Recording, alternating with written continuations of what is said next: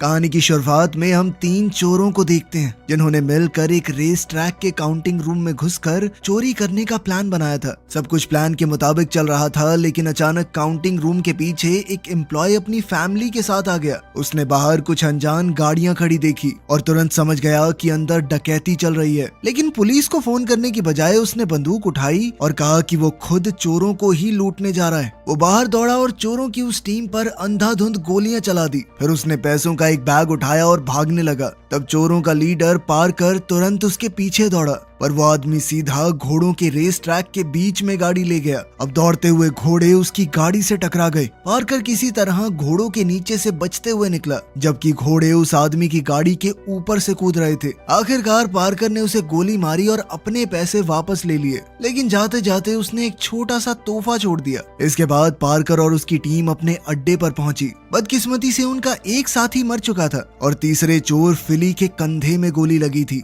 अब वो जल्दी से उसका इलाज करने में लग गए। तभी उनकी ड्राइवर जेन वहीं पर अपने कपड़े बदलने लगी और पार्कर उसे ध्यान से देख रहा था। तभी अचानक जेन ने बंदूक निकाली और सब पर गोली चला दी। एक एक करके उसने पार्कर की पूरी टीम को मार दिया। पार्कर भागने की कोशिश कर रहा था, लेकिन उसे भी गोली लग गई और वो नदी में गिर गया। कुछ देर बाद जब पार्कर की आंख खुली तो वो एक मोटेल में था। उठते ही सबसे पहले उसने कहा कि मैंने रूम 12 मांगा था, लेकिन मोटेल की मालकिन ने बताया कि रूम 12 किसी ने पहले ले लिया था। तब पार्कर ने गुस्से में रूम 12 में जो लोग थे उन्हें बाहर निकाल दिया। वहाँ दीवार तोड़कर उसने अपना कुछ सामान निकाला। वहाँ से पार्कर सीधा फिली के घर गया। फिली की पत्नी ग्रेस ने उससे अपने पति के बारे में पूछा, मगर जब पार्कर ने कोई जवाब नहीं दिया तो वो समझ गई। पार्कर ने उसे जेन के धोखे के बारे में सब कुछ बताया। इस पर ग्रेस ने कहा कि फिली तुम्हारी बहुत इज्जत करता था, उसे लगता था तुम खास हो, तुम्हारे रहते कुछ गलत नहीं होगा। अब पार्कर ने ग्रेस से जेन को ढूंढने में मदद मांगी। उसने वादा किया कि फिली के हिस्से के सारे पैसे तुम्हारे होंगे। ग्रेस को पैसों में अब बहुत ज्यादा दिलचस्पी नहीं थी, लेकिन फिर भी ग्रेस ने पार्कर को रेजी रायली नाम के एक आदमी का एड्रेस दिया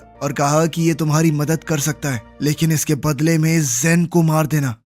बाद में पार्कर ने अपने एक साथी एलन को फोन किया और रेजी को ढूंढने में मदद मांगी। जल्द ही पार्कर ने रेजी को ढूंढ लिया। रेजी ने पूछा कि मेरा ड्राइवर जिमी कहाँ है, तो पार्कर ने शांत रहकर कहा कि वो सो रहा है अभी। पार्कर ने बिना वक्त गवाए जेन के बारे में पूछा और कहा कि तुमने ही उसे फिली से मिलवाया था ना। इस पर रेजी ने बताया कि जेन के साथ मैंने सिर्फ 2 बार काम किया है। वो पहले साउथ अमेरिका के किसी राजा की फौज में काम करती थी। रेजी ने बताया कि मेरी थोड़ी देर पहले उससे बात हुई है। तभी पार्कर ने धीरे से कहा कि कोई हमारा पीछा कर रहा है। जेन ने शायद रेजी को मारने के लिए अपने आदमी भेजे थे। अब डर के मारे रेजी ने पार्कर को जेन का एड्रेस दे दिया, पर तभी अचानक एक दूसरी गाड़ी उनकी गाड़ी से टकरा गई। उसी पल जेन के आदमी पार्कर की गाड़ी की तरफ बढ़ने लगे। तब पार्कर ने भी तुरंत पलटकर हमला किया। इस गोलीबारी में रेजी मारा गया, लेकिन फिर गाड़ी के ट्रंक से रेजी का ड्राइवर बाहर निकला और हमलावरों पर गोलियां चलाने लगा, मगर जल्द ही उन्होंने उसे भी मार दिया। इसके बाद पार्कर ने एक गुंडे के पैर में गोली मारकर उसे जिंदा पकड़ लिया।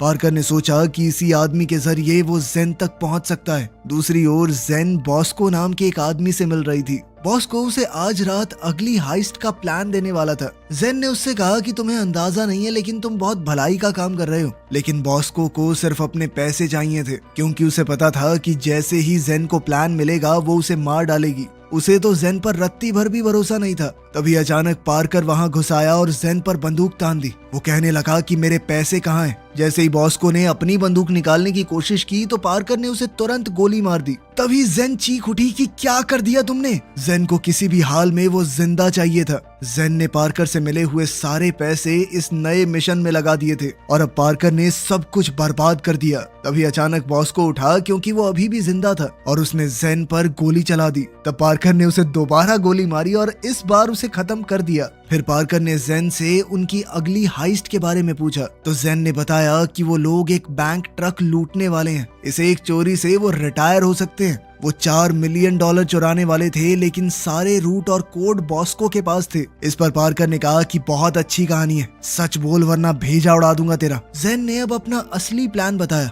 वो लोग एक पूरे देश को लूटने वाले थे। उसने बताया कि 4 महीने पहले उसके देश में एक लूटा हुआ खजाना मिला था। 15वीं सदी का एक जहाज जिसका नाम था लेडी ऑफ आर्ट। उसकी कीमत इतनी है कि रोज 1 करोड़ भी खर्च करोगे ना कई साल लगेंगे। लेकिन वहाँ का करप्ट प्रेसिडेंट इग्नासियो डे पास उसे गरीबी खत्म करने के लिए नहीं बल्कि सिर्फ अपने लिए चाहता है। वो उसे यूनाइटेड नेशंस में दिखावे के तौर पर डिस्प्ले करने वाले हैं और फिर बड़ी चालाकी से वो उसे चोरी करवाने का नाटक करेगा ताकि किसी को उस पर शक भी ना हो और वो पूरा खजाना अपने पास रख सके। लेकिन जेन का प्लान था कि वो खजाने को पहले ही चुरा लेगी, लेकिन प्रेसिडेंट ने उस खजाने को चुराने का काम एक बहुत खतरनाक ऑर्गेनाइजेशन को दिया था। उनका नाम है आउटफिट। पार्कर की उनसे कुछ खास बनती नहीं थी।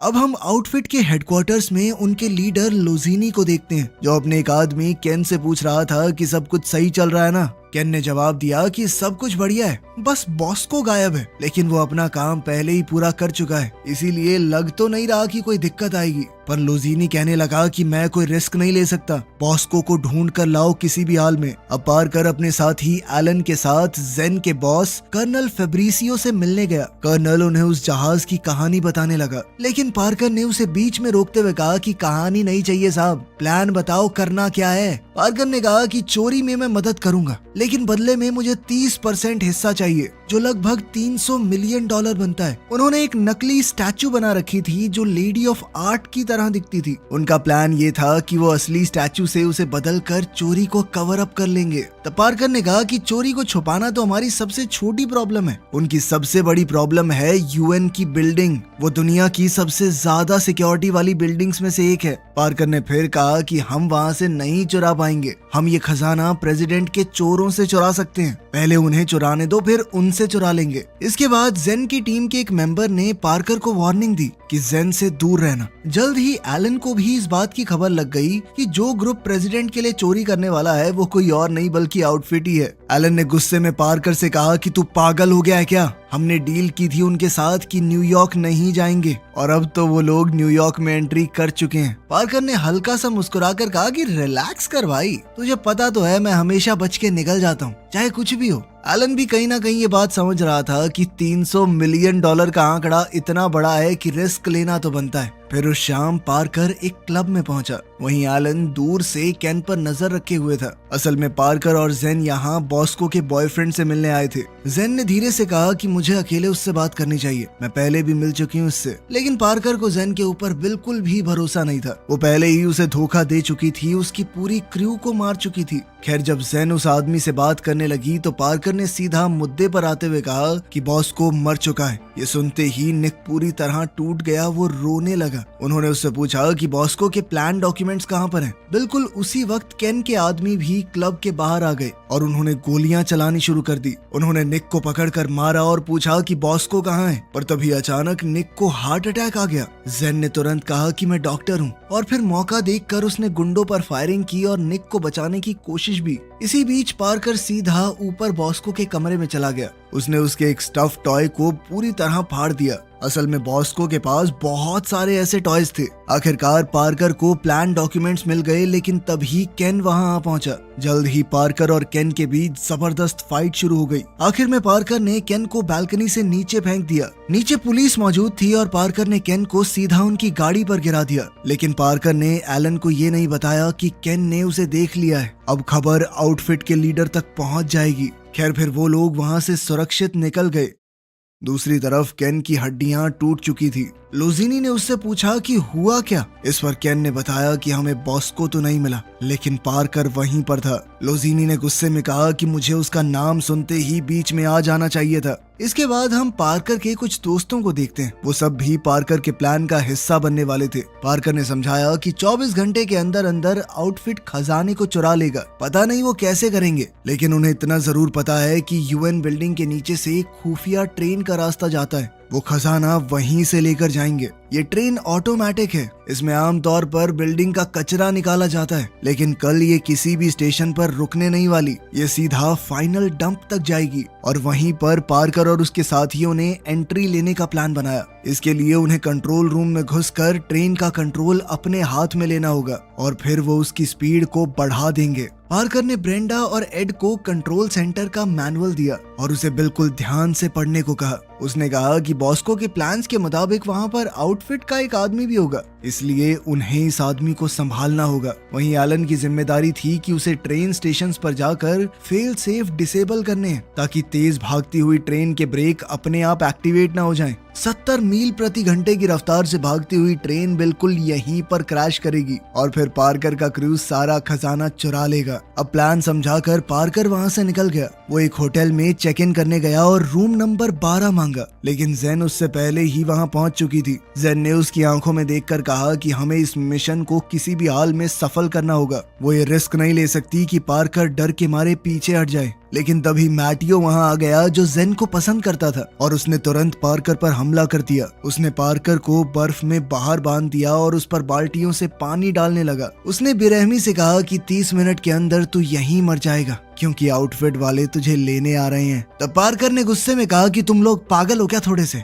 तुम्हें लगता है आउटफिट वाले तुम्हें ऐसे ही छोड़ देंगे? उन्हें सब कुछ पता चल जाएगा कि तुम क्या कर रहे हो। इस पर मैटियो ने हंसकर कहा कि हम थोड़ी मिलेंगे उनसे, उन्हें सिर्फ यहाँ पर तुम ही मिलोगे, उनके जानी दुश्मन। जब मैटियो और उसका पार्टनर वहाँ से जा रहे थे, तब वहाँ पर एक गाड़ी आकर रुकी। मैटियो ने अपने पार्टनर से उसे जाकर चेक करने को कहा। तब पार्कर जोर से चिल्लाने लगा कि मुझे खोल दे, मैं जानता हूँ इन लोगों को। पर तभी मैटियो को अपने पार्टनर की चीखने की आवाज सुनाई दी और उसने घबराकर पार्कर को खोल दिया। उसी वक्त जेन पीछे से सामने आ गई। वो मैटियो के फोन को ट्रैक करके यहाँ तक पहुँच गई थी, लेकिन उसे भी नहीं पता था कि वो चीखने की आवाज कहाँ से आ रही है। उसी पल पार्कर ने आउटफिट वालों के हमले से मैटियो की जान बचा ली। तब मैटियो ने हैरान होकर कहा कि तूने मेरी जान क्यों बचाई? लेकिन फिर अगले ही पल पार्कर ने उसे ह्यूमन शील्ड की तरह इस्तेमाल किया। फिर पार्कर ने आउटफिट के एक आदमी का फोन उठाया तो फोन पर लोजीनी कॉल कर रहा था। लोजीनी ने ठंडी आवाज में कहा कि हमारी डील थी, तुम मेरे शहर से दूर रहोगे और मैं तुम्हें नहीं मारूंगा। 3 साल पहले मैंने तुम्हें इसलिए छोड़ दिया था क्योंकि तुमने मेरे बॉस को मार दिया था, जो मेरे लिए बहुत फायदे का सौदा था। अब लोजीनी ने पार्कर को धमकी दी कि वो पूरी आउटफिट चलाता है और पार्कर है अकेला। उसने पार्कर से कहा कि जो भी प्लान बनाया है उसे भूल जाओ, मुझे सब कुछ पता चल गया है। हम कल चोरी करेंगे ही नहीं, चोरी तो अभी हो रही है। अब पार्कर को तुरंत अपने प्लान की भी टाइमिंग बदलनी पड़ी। उसने अपनी क्रू को कॉल किया, लेकिन सब लोग जबरदस्त पार्टी कर रहे थे। वो पूरी तरह नशे में धुत थे। उधर एड और ब्रेंडा कपड़े बदलकर कंट्रोल सेंटर पहुंच गए थे। उन्होंने दरवाजा खोलने को कहा क्योंकि एक प्रॉब्लम हो गई थी। एड ने समझाया कि एक आदमी ने ट्रेन का रूट बदल दिया है। पर तभी अचानक आउटफिट के आदमी ने कंट्रोल सेंटर के वर्कर्स पर बंदूक तान दी और उन्हें हाथ ऊपर करने को कहा। लेकिन तभी एक एम्प्लॉय ने गेट खोल दिए। उसी पल एड ने आउटफिट के आदमी को जोर से मुक्का दे मारा और लोग तालियां बजाने लगे। लेकिन फिर अगले ही पल एड ने सब पर बंदूक तान दी और ये ऐलान किया कि अब ट्रेन मेरे कंट्रोल में है। फिर एड ने मैनुअल के हिसाब से ट्रेन को ऑपरेट करने की कोशिश की, लेकिन कंट्रोल पैनल काफी अलग था। फिर एक एम्प्लॉय ने उनकी थोड़ी मदद की। अब उन्होंने ट्रेन की स्पीड बढ़ानी शुरू की। ट्रेन धीरे धीरे रफ्तार पकड़ने लगी। उन्हें मोड़ पर 70 मील पर आवर चाहिए थी। फिर जैसे ही एलन फेल सेफ स्विच को डिसेबल करने पहुंचा तो उसकी बंदूक हाथ से गिर गई। नंगे हाथों से वो स्विच को डिसेबल नहीं कर पा रहा था, लेकिन फिर ऐन वक्त पर एलन ने स्विच को डिसेबल कर ही दिया और एकदम सही मौके पर आती हुई ट्रेन से बच पाया। अब स्पीड 60 तक पहुंच चुकी थी। वहीं पार्कर और जेन क्रैश साइट पर पहुंच चुके थे, लेकिन क्योंकि स्पीड 70 की नहीं थी, ट्रेन मोड़ पर डीरेल नहीं हुई। तब पार्कर ने तुरंत कहा कि ट्रेन को रोकना मत और स्पीड को और बढ़ाओ, आगे जाकर एक और मोड़ है। फिर उन्होंने एलन को अगले फेल सेफ स्विच के बारे में बताया, उसे वो भी डिसेबल करना होगा। इधर स्टैन नशे में ट्रक चला रहा था और एलन फेल सेफ स्विच ढूंढ रहा था। जब स्टैन ने उसे टक्कर मारी तो उसका ट्रक भी क्रैश हो गया। कुछ देर बाद एलन होश में आया और उसने अपने सामने फेल सेफ स्विच देखा। एलन ने सही वक्त पर किल स्विच पर गोली चलाई और उसे डिसेबल कर दिया। इस बार ट्रेन की स्पीड बहुत तेज थी और ट्रेन आखिरकार पटरी से उतर गई, लेकिन ट्रेन इस बार बहुत ज्यादा ऊंचाई से और बहुत तेज आई। उसी पल जेन ने अपनी कार को रिवर्स में फुल स्पीड में भगाना शुरू कर दिया ताकि वो बच सके। बेचारा एलन भी मुश्किल से जिंदा बच पाया। आखिरकार ट्रेजर बॉक्स उनके हाथ लग चुका था, लेकिन उन्होंने जब उसे खोला तो अंदर सिर्फ पत्थर भरे हुए थे। असल में ये सब लोजीनी का जाल था पार्कर को पकड़ने के लिए। बॉक्स के अंदर एक ट्रैकर लगा हुआ था और कुछ देर में लोजीनी के आदमी वहां आ पहुंचे। पार्कर और उसकी टीम ने उनसे जबरदस्त लड़ाई की, लेकिन तभी पुलिस भी आ गई और पार्कर और उसकी टीम भागने की कोशिश करने लगे, लेकिन उनकी कार बुरी तरह तबाह हो चुकी थी। तभी 2 पुलिस कार्स वहां पहुंची, लेकिन उनमें से एक कार के अंदर स्टैन बैठा हुआ था और इसी तरह वो लोग वहां से भाग निकलने में कामयाब हो गए।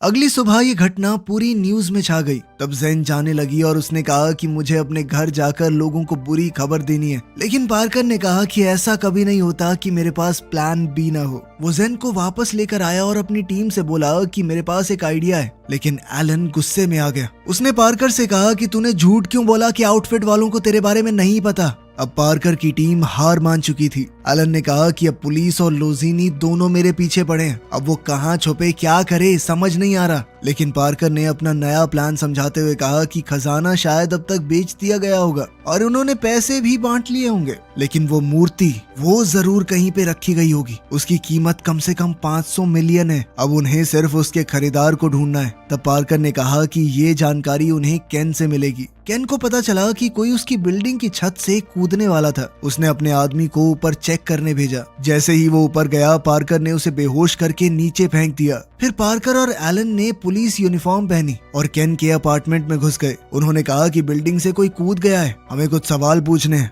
अंदर जाकर उन्होंने केन से कहा कि साफ साफ बता दे उस मूर्ति का खरीदार कौन है। केन ने डरते हुए कहा कि मैं सब कुछ बता दूंगा, मुझे मारना मत। पार्कर ने शांत लहजे से कहा कि नहीं नहीं, मैं तुझे बिल्डिंग से नीचे बिल्कुल नहीं फेंकूंगा, बिल्कुल भी नहीं। लेकिन ये जानते हुए कि पार्कर पहले से उसके पार्टनर को बिल्डिंग से फेंक चुका है, केन डर के मारे वहीं बेहोश हो गया। इसीलिए उन्होंने उसकी केयर टेकर से पूछा। उसने बताया कि खरीदार का नाम फिनियस पॉल था, जिसने अभी खाना खाते हुए एक तस्वीर पोस्ट की थी। अब पार्कर सीधा फिनियस के पास पहुंच गया और लेडी ऑफ अरांटो के बारे में पूछा। फिनियस ने घमंड से कहा कि तू जानता भी है तू किस बारे में बात कर रहा है। तभी पार्कर ने उसके साथ मीटिंग कर रहे एक अमीर आदमी को गोली मार दी। फिर उसने फिनियस को गन पॉइंट पर किडनैप कर लिया। फिनियस ने डरते हुए समझाया कि स्टैचू अभी तक यहाँ नहीं आई थी, लेकिन वो जानता है वो कहाँ रखी गई है। वो एक तिजोरी के अंदर थी। अगर वो तिजोरी का दरवाजा तोड़ भी देंगे तो स्टैचू एक खास सिक्योरिटी पिंजरे में बंद थी, जो बहुत ही सख्त मेटल से बना हुआ है। उसे तुम तोड़ नहीं पाओगे। उसे फिनियस की कंपनी ने ही बनाया है। फिनियस ने घबराकर कहा कि इस पिंजरे को काटने में कई दिन लग जाएंगे और ये खुद सिर्फ कल सुबह 8 बजे खोलेगा। जेन ने तुरंत उसकी वेबसाइट खोली तो पता चला कि स्टैचू तिजोरी नंबर 1 में रखा हुआ था। फिर सब लोग फिनियस को स्टैंड के पास छोड़कर स्टैचू चुराने निकल गए। उधर तिजोरी के सिक्योरिटी गार्ड सीसीटीवी कैमरास देख रहे थे और उन्होंने एक औरत को जॉगिंग करते देखा।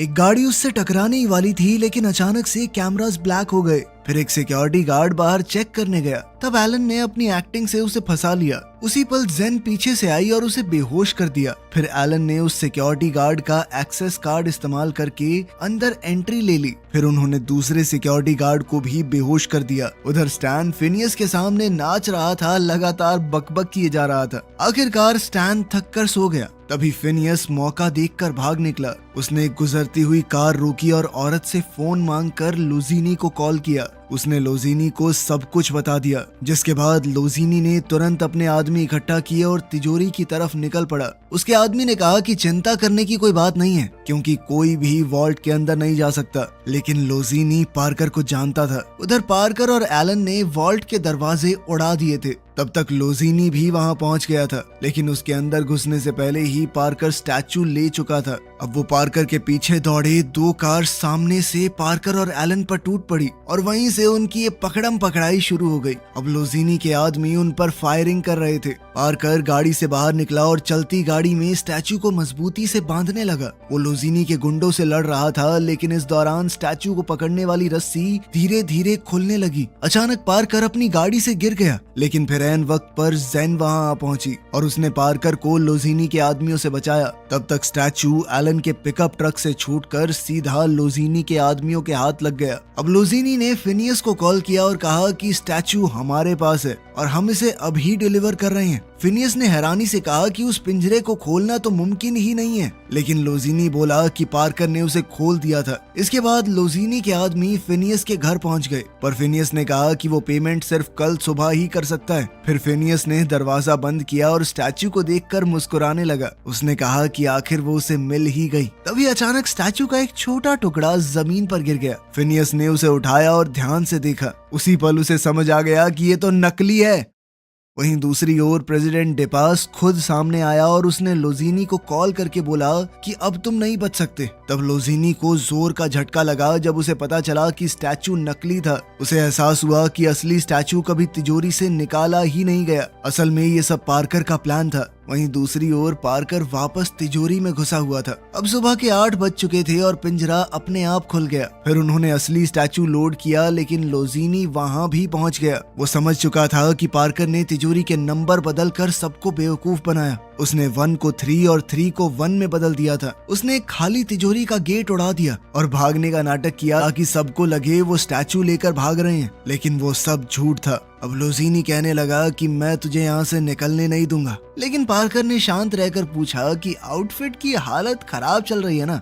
हाँ? उसने खुलासा किया कि वो काफी टाइम से उन लोगों पर नजर रख रहा था, तो पता चला कि उनका बिजनेस डूब रहा है और उसे बचाने के लिए उन्होंने डेपास का मिशन लिया, क्योंकि बिना इस मिशन के आउटफिट बिल्कुल कंगाल हो जाती। उसी पल पार्कर ने एक बॉम्ब का रिमोट दिखाया और कहा कि मैं तुम्हें भी इसे ले जाने नहीं दूंगा। अगर मैं नहीं ले जा सकता तो कोई नहीं लेकर जाएगा। तभी डेपास के आदमी भी बाहर आ गए। लोजीनी अब पूरी तरह से घिर चुका था। तभी पार्कर ने स्टैचू को उड़ा दिया। आखिरकार एक मरते हुए लोजीनी ने धीमी आवाज में कहा कि वो दोनों डील कर सकते थे। ये $500 मिलियन का मामला था। तब पार्कर ने मुस्कुराकर कहा कि तू बोल रहा था ना मैं अकेला हूँ, मैंने तेरी पूरी ऑर्गेनाइजेशन खत्म कर दी। जब पार्कर अपनी टीम को अलविदा कह रहा था, उसने स्टैचू के बचे हुए हीरे उन्हें दे दिए और कहा कि कम से कम ये तुम्हारा खर्चा तो निकाल ही देंगे। इसके बाद पार्कर एक होटल में जेन के पास गया। जेन न्यूज देख रही थी, जहां उसके देश के प्रेसिडेंट की सच्चाई सबके सामने आ चुकी थी। खजाने का कुछ हिस्सा लोजीनी के एक वेयर हाउस में मिल गया